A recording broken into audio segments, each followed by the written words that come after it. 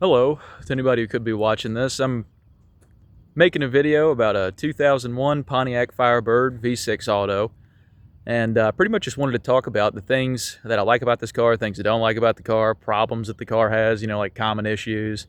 Um, just kind of a general rundown on anybody who might be wanting to buy a car that's sort of like this. I wouldn't really call it a buyer's guide, but I've owned the car for about a year now. I've put like 13,000 miles on it, and I feel like I'm entitled to have an opinion on it. So, yeah, this is pretty much just going to be about that. So, the 2001 Pontiac Firebird is a facelifted version of just your 4th gen F body. There was two different styles of this. There was the one they made from 1993 to, I believe, 1998, or 1997, sorry. And 1998 is the first year that the car looked like this. They changed the location of the pop-up headlights and just made the car look different. But yeah, anyway, this car is powered by a Buick 3800 Series 2 engine. It's a V6. They say it makes around 200 horsepower, 205 horsepower. Sources vary on that. I've heard 220 to 225 pound-feet of torque. And yeah, so that's what's going on there. It's not the fastest car in the world, especially by today's standards in 2026. But for its time, in 98, 2002, which when they stopped making this car was 2002, they made more horsepower than your average V6 SN95. So one of these with an SN95, both have automatic transmissions or both have manual transmissions. Usually the Firebird will come out on top unless the Mustang is modded, but that's not really the point of this car. It's a V6, so pretty much what this car, in my opinion, is made for is daily driving, grocery getting, going to school, going to work, there's that kind of stuff. It's got some problems. One of the common problems that these things have is these tail lights right here. They like to get water trapped inside of them. The previous one that I had, I wouldn't call these new tail lights, but I got them at a junkyard, a pick and pull. And the old tail lights I had, they were super faded. Like you can kind of see what they do. Up here, they get sort of darker. But on my old ones, it was like from right here, like over, was like this deep, dark cherry color. And they weren't faded evenly. The ones on the right were faded way worse than the ones on the left. And when somebody's driving past you in it, because I've had my girlfriend drive it before when I was doing something else in another car, and she drove past me, and it just looked really bad. And those reverse lights, they like to hold water too and get fogged up, and it just doesn't look bad, or it doesn't look good. So what the dude did in my last ones, they drilled some holes in it to let the water come out of it, but I didn't like that, so I saw these at a junkyard and put them on here. I think they look decent, but yeah, that exhaust is not stock. I didn't do that. Somebody cut the muffler and the cat off, and it sounds super raspy. Not a big fan of it, but the car looks damn good. I really love the way this car looks. That's sort of my favorite thing about it, is just the way that it looks. These antenna motors, they like to go out. The antenna won't go up or down. You can pull it with your hand manually to make it go up and down. I'll just show you. This one's completely broken. It got caught on something and broke. But I have a replacement for it. I'm just lazy and haven't put it in yet. So some other things about this car. Right here, this faux spoiler, they like to pool water when it rains.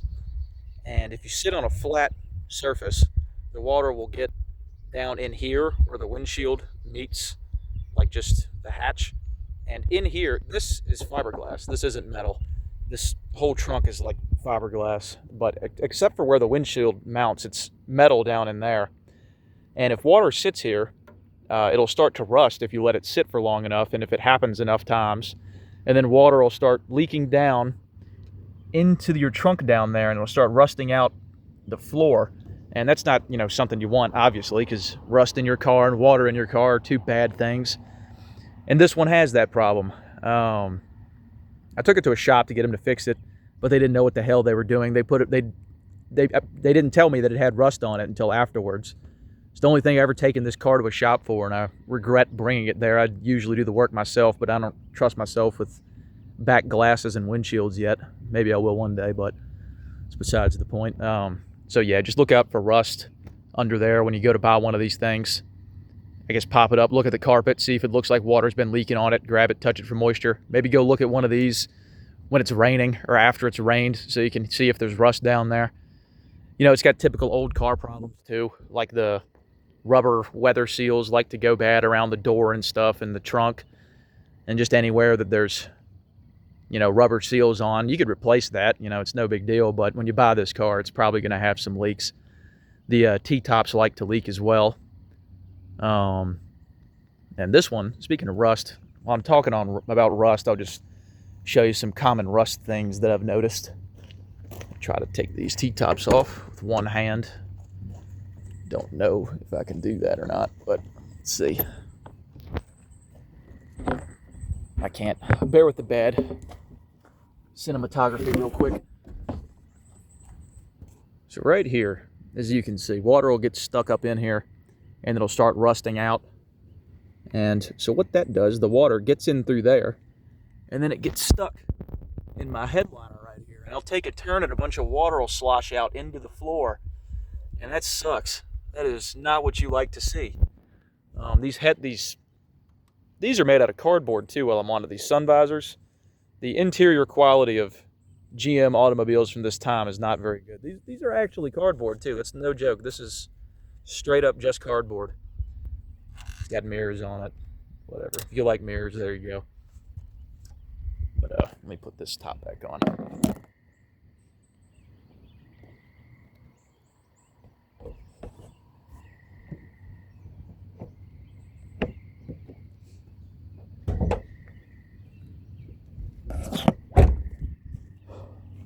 So this car in particular, these are options, these wheels, these ABS chrome wheels.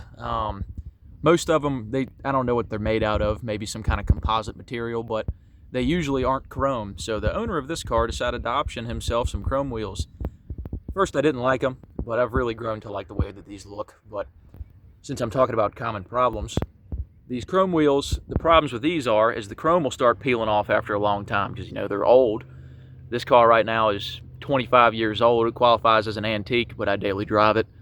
So when I was putting these tires on, I work at a tire shop, and the chrome inside, like where the bead sits, it's peeling off in there. So this tire right here leaks very, very, very slowly.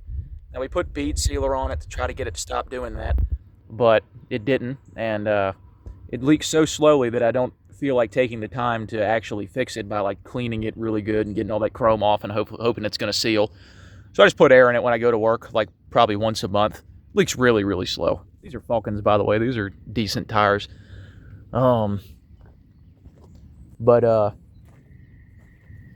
it's for the wheels. Onto the rear end, it's got a live rear axle. So basically it's just like a solid axle going across it. It's got an open diff.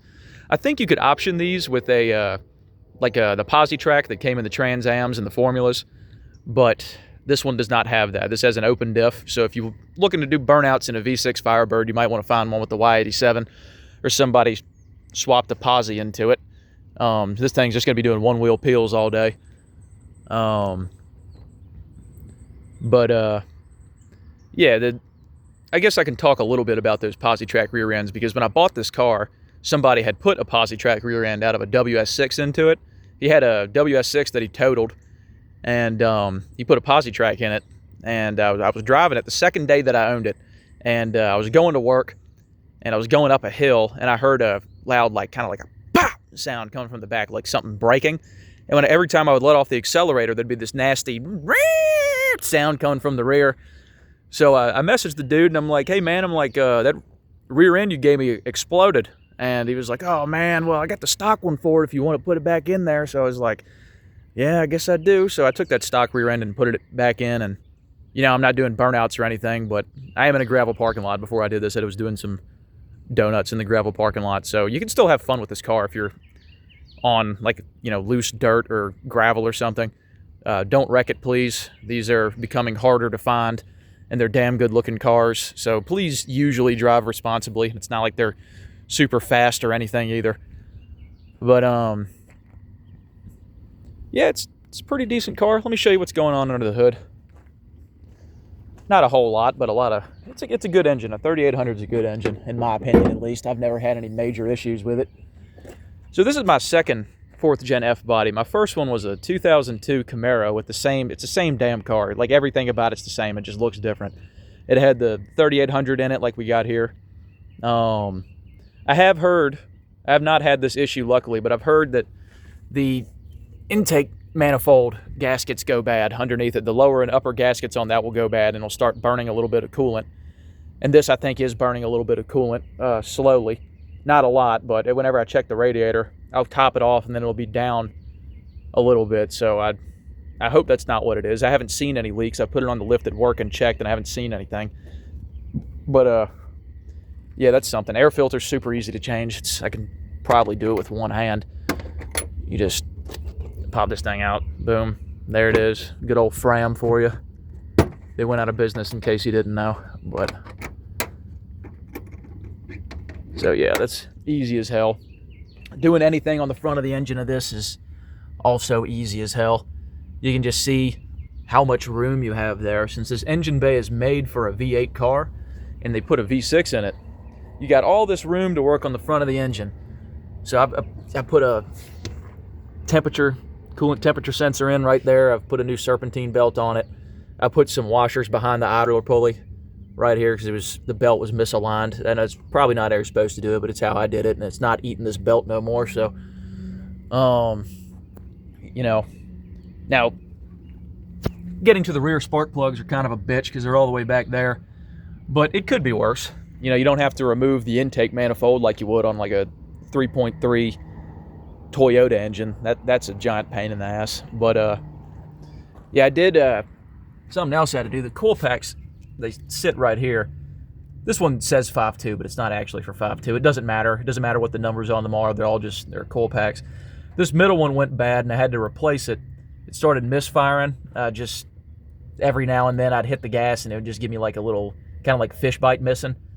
So what I did, I replaced one of the spark plug wires. I know you're supposed to do all of them. You're supposed to replace all of them at the same time, but I just didn't feel like doing that. So replaced the spark plug because I didn't know what it was. I was going cheapest first and working my way up, and then I finally put a coil pack on it, and that fixed it. And getting to that number 5 spark plug back there, that fucking sucked. That was not fun. But it wasn't that bad. I got it done in like probably 30 minutes, 40 minutes. Taking this off, there's two, I think, really, really weird sized bolts holding it in. It's like maybe not 3.5, I don't remember, but it's a 0.5 millimeter of some kind. It's been about 6 months since I replaced it. But yeah, I put brakes all the way around, rotors, calipers, pads, all the way around it. It's easy, you know. It's easy. Swapping that rear end was even kind of easy. If I had a lift and wasn't doing it in a gravel driveway, I could have done it in, I don't know, I'm not a master mechanic or anything, but I probably could have done it in like 6 hours, 6 to 8 hours.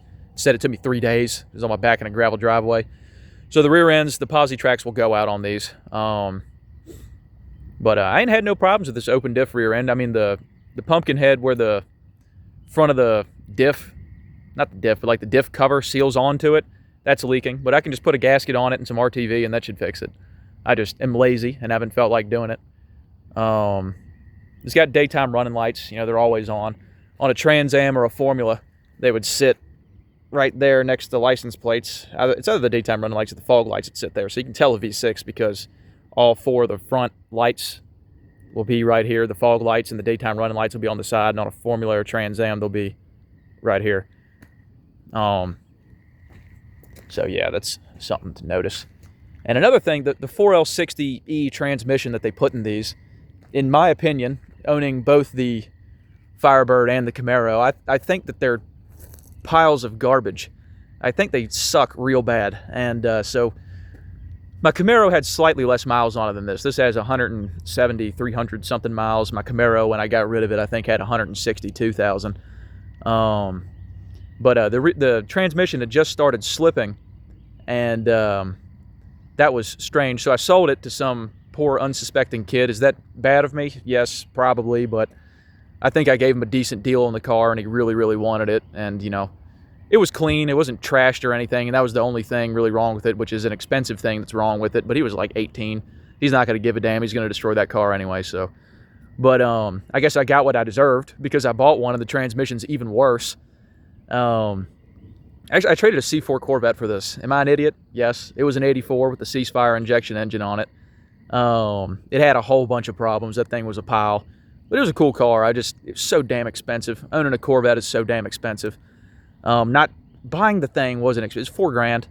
But working on it, everything was so damn expensive on that car. And this is easy. The 3800 is a cheap engine to buy parts for because they put it in like everything in the 90s. They put it in like the Buick, a lot of Buicks, pretty much all, like the LaCrosse. I believe they put it in the Century. Put it in a ton of Buicks. They put it in the F-bodies, of course. This 4L60E, they put that in a lot of things too. They mainly put it in trucks. They put it in a ton of trucks. And they put it in the F-bodies. But yeah, let me tell you what it's doing. So basically, the torque converter isn't locking up for some reason. It'll lock up when you go above like 65 miles an hour when you're cruising in 4th and 3rd gear, and it will lock up when the transmission gets hot. But when the transmission gets up to operating temperature and it gets hot, it defaults to max line pressure for some reason. It starts banging into different gears. It'll bang from 1st to 2nd real hard. It'll catch you by surprise the first time. Then it'll throw a P1870 code, transmission component slippage detected, I think it is. But I've heard what that is. It's called a TCC regulator valve, and it's a little valve in the valve body. And I don't really know what it does, so don't ask me. I know I think it has something to do with regulating pressure that goes through there, and it's got a little spring or something it's supposed to move, and over time it gets locked up and it doesn't move how it's supposed to. And in the GM factory service manual for this, I've looked at it online. It says when your car has these symptoms, the symptoms I just described to you, GM recommends to replace the valve body. And they're not incredibly expensive. They're $150, and I'm thinking about replacing the valve body on it and seeing if that fixes it. Am I diagnosing it properly? No. Am I shooting the parts cannon at it? Yes. So, yeah, like I said, I'm not a professional mechanic. I put tires on cars and do oil changes for a living. So, I am not a big engine, transmission, suspension mechanic type man. I dabble in it as a hobby, but I don't really know what I'm doing. So, but yeah, these cars are pretty good. I like it. It makes decent gas mileage. It would probably make better gas mileage if the torque converter locked up. My Camaro, I believe it's a 14 or 15 gallon tank. When I'm on empty and I fill it up, it gets me to about 14 and a half, so it's probably 15. It got 312 miles per tank. On like a full tank, I could drive it 312 miles. And this one I can drive at about 250 to 270 miles, depending on how it's feeling.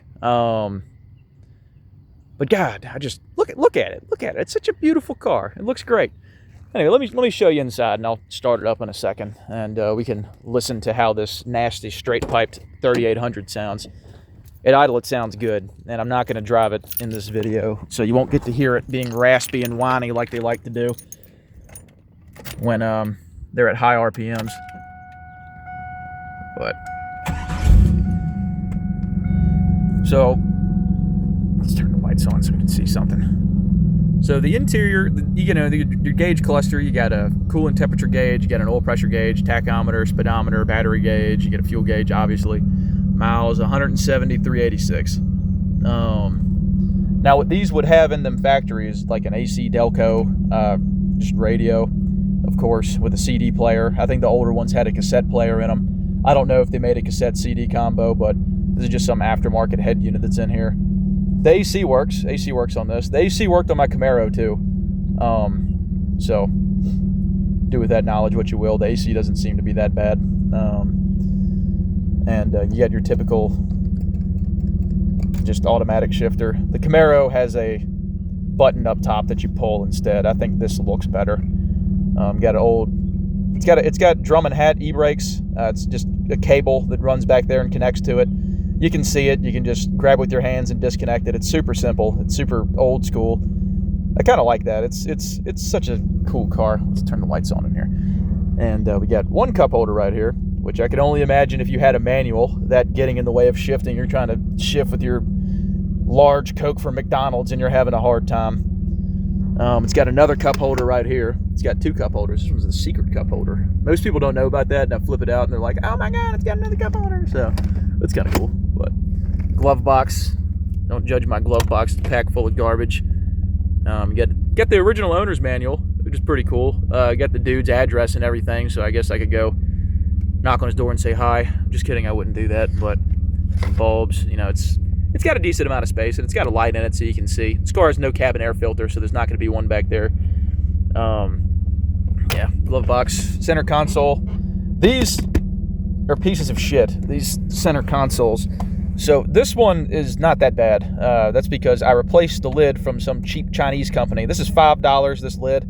So if I wouldn't, you know, make something like this a disqualifying factor for buying this car, because if you see it, you just go on Amazon, Walmart.com, whatever, buy one for $5. It's got a decent amount of space in it. It's got some change holders. I'm a dirty addict, so there's some vape pods in there. It's pretty deep. Got a decent amount of space. There's some CD holders down there too, if you still listen to CDs, which I do. I got one of those visor things up here. This sun visor is equally as destroyed as the last one. Cardboard garbage. Got a little bit of, you can't hear it on the camera, those things creak. Oh yeah, there we go. Yeah, those creak. Some cheap plastic GM garbage. This one, I don't have them, but it comes with like not sunroof, T-top covers. So if you don't want to have the sun in your face, there's little things, Velcro you can put on there and slap these covers on it. My Camaro had that, this doesn't. The T-tops do lock. Let me turn the light on. The T-tops have a lock right there. Both of them on the driver and passenger side. Let's see. Cigarette lighter, which doesn't work. Somebody yanked the ashtray out. Lights in here don't work. I think it has something to do with somebody monkeying around down here trying to fix it and then never plugged the lights back in. I'm thinking that's what this is. I might be wrong, I don't know. But so this one comes, I don't know if this is an option or not. Some of these had crank windows. The base model would have a BorgWarner T5 in it and manual crank windows. I believe it did not have power mirrors either. Electric door locks, it didn't have any of that. It was just your bog standard car. I just realized how dirty this panel is here with the light shining on it. Please don't judge the filth on the door. I need to clean this car, I just noticed. But so it has automatic windows, and it's got the one that you hold it for about half a second and you let go and it keeps going down. It's pretty cool. I like that. The passenger side doesn't get the same treatment. The passenger side just goes down. The thing though, the window motors, it's old window motors. The windows go up and down really, really slowly. If you're doing both of them at the same time, oh my God, they go even slower. But the mirror right here has lights on both sides. It's kind of cool. Let's see, what else can I ramble about? Oh yeah, the door locks, sometimes they work right, sometimes they don't. So I'm pressing to lock the door. I had to press it like 3 or 4 times before it would lock. These fall off too in typical GM fashion. Yeah, press it. Yeah, there you go. It's just old car stuff. These like to fall off too. That's another GM quirk I've noticed with my Corvette. This one also fell off. It sits down here. I can sit it back in there for a second, push it in. There's a little clip on the bottom of it, like a little hole that it's supposed to go into. But it just always falls back out. I could probably glue it in or something, but I just don't feel like it. These steering wheels, I don't like steering wheel covers, but it's necessary because the foam on it, they're made out of like this foam stuff. It's just like peeling off, like in my hand. The first day I had it, I didn't have steering wheel covers. My hand was just like covered in like this black foamy stuff. I mean, it's an old car. It's an old high mileage car. It's gonna have problems like that. The carpet underneath here, dude was digging his foot into it, and there's a giant hole in the floor right here. Well, not the floor, but in the carpet. So I put these heavy duty floor mats down, just so that wouldn't get in the way, and keeps the carpets clean, I guess. Not the floor mats, obviously, but let me show you what it looks like at the back here.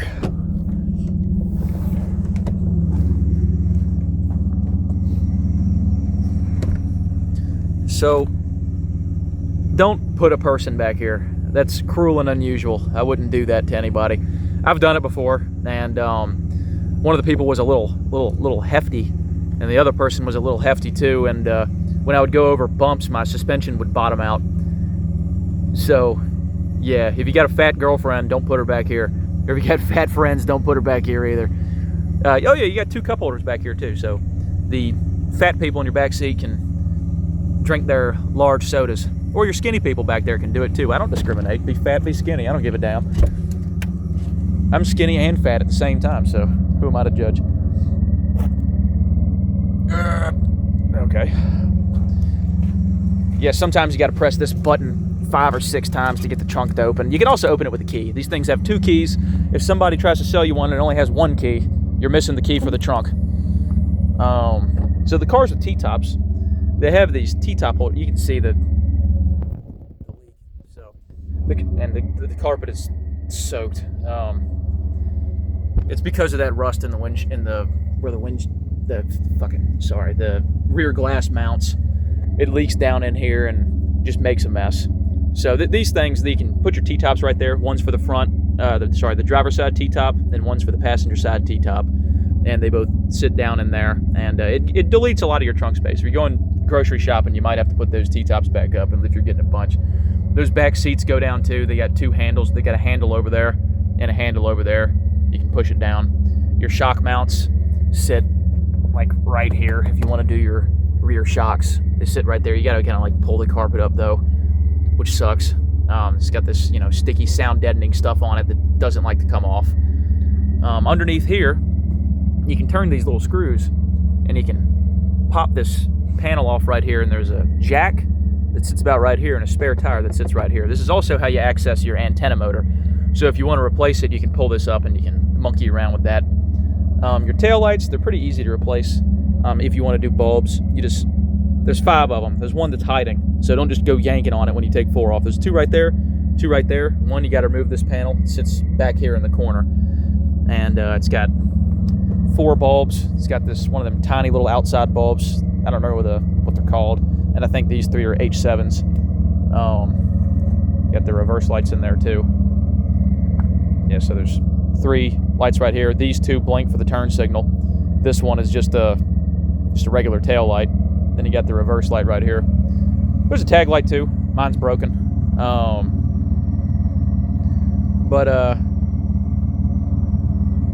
Yeah, it's a decent car.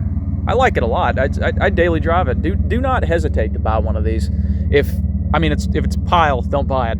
But if you find one of these in decent condition, the V6s go for only around, like, you can find them in beat up condition. The early ones with a 3.4 liter in it. They put 3.4s in them from I think 93 to either 95 or 96. One year where the 3.8 was an option and the 3.4 was standard. And but get you one with the 3.8 in it. If you want a 3.4, that's fine. I hear they're decent engines, but they're slower, and the 3800 just has this reputation for being a monster of an engine that's just the most reliable thing on the planet. I frequently see them at work with over 300,000 miles on them and all beat up Buicks. Everything else is failing on the car but that engine. But these have a special intake manifold on those 3800s. The normal one has like this plastic intake manifold. This one looks like it's, I might be wrong, don't crucify me, but I think it's cast iron like the rest of it. It's a cast iron push rod V6. The whole thing's the heads are cast iron, the block is cast iron, and I think the intake manifold is cast iron. I might be wrong about the intake manifold, but I know the rest is. But yeah, buy yourself one of these cars. The V6, it's cheap. The Trans Ams and the Formulas, even for a beat up one, you're going to be paying $4 or $5 grand if you get one that doesn't run or the transmission's jacked up. If it's an automatic, it probably will be because people dog the hell out of those things. Just to complete engine knowledge, the earlier the earlier Formulas and Trans Ams had the LT1 V8, the same one they put in the Corvette. I think they restricted the intake so it's a little bit slower, and the later ones, the 9802, like this one is, they put a LS1 in it. Also, Corvette engine, they put them in the C5. But yeah, like I said, I traded a C4 for this, but the dude was asking $3,500 for it, and I bet I could have talked him down to 29, maybe 28, if I wanted to pay him out in cash. But I just wanted to get rid of that Corvette. And this has been a reliable daily. It's never once left me stranded. It gets me to and from work. I used to have to drive a couple towns over. I was an Army reservist and had to go to drill somewhere. It's like an hour and a half drive, and this thing would make it there and back twice a day. You know, go there, come back. And it's just a great car. I love this car. Get yourself one. Buy one. 3800 V6. Good car. But you can find one of these in immaculate condition for like $6,000. Personally, I would recommend buying a manual. They're going to be a little bit more money, but the manual is a better transmission than the automatic. But yeah, if anybody watches this, just if you got any questions, put them in the comments, because I didn't script this at all, as you can tell by my rambling. I'll probably call this video something about rambling about a Firebird. But let's see, is there anything else I should talk about? Oh yeah, one last thing. It's about the paint. So the paint, GM updated their paint, I think, in 1999, but it's still old paint, man. The clear coat bubbles, you know, it fades. It's old paint, but it's fine. It's an old car. Just do your own maintenance. Don't take it. I mean, take it to a shop if you can afford it, but a shop will nickel and dime you to death on this thing. If you do it yourself, it's still going to nickel and dime you, but not to death. Just, you know, a little bit. So anyway, you guys have a good day. If you watched all the way through, thanks for watching. Thanks for listening to my ramblings. Have a good one.